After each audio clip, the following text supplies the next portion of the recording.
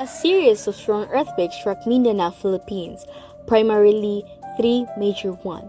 October 16, magnitude 6.3 near Torco, Tulunan, Cotabato.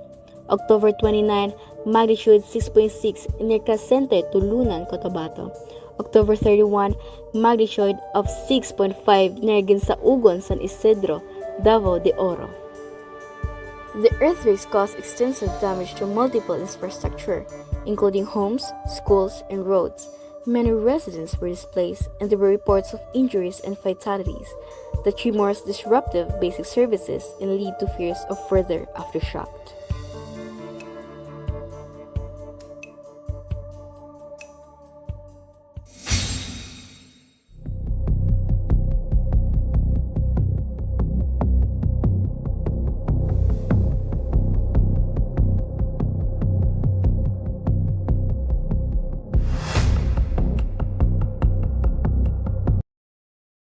On October 16, 2019, 7:37 p.m., a magnitude of 6.3 earthquake struck the provinces of Cotabato and Davao del Sur and vicinity.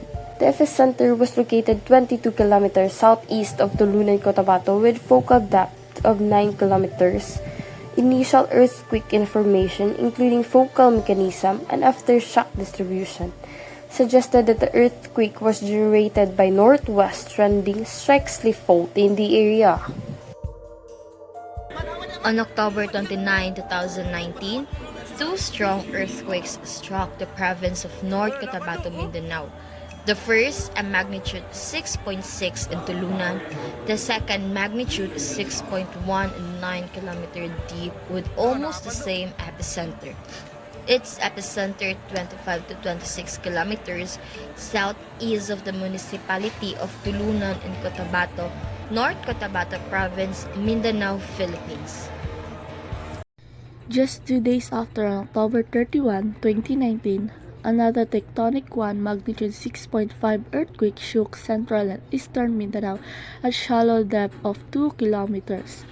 The epicenter was again identified in Tulunan, North Cotabato. A state of calamity was declared for Davao del Sur on October 30 and Cotabato on November 5. These earthquakes, as well as the magnitude 6.3 earthquake recorded on October 16, are considered part of a sequence of events resulting from interdependent faults in the region. No tsunami warnings were issued, but many aftershocks ranging from magnitude 1.5 to 5.5 were recorded. The government declared a state of calamity in affected areas to facilitate the release of funds for relief and rehabilitation efforts. President Duterte placed affected areas under a state of calamity proclamation number 835 and NDRRMC was dispatched to affected areas. An estimated report total of 35,000 people were affected in 127 barangays in Region 11 and 12. According to the Situational Report number 19 regarding the earthquakes on October 31 in Tulunan, North Cotabato.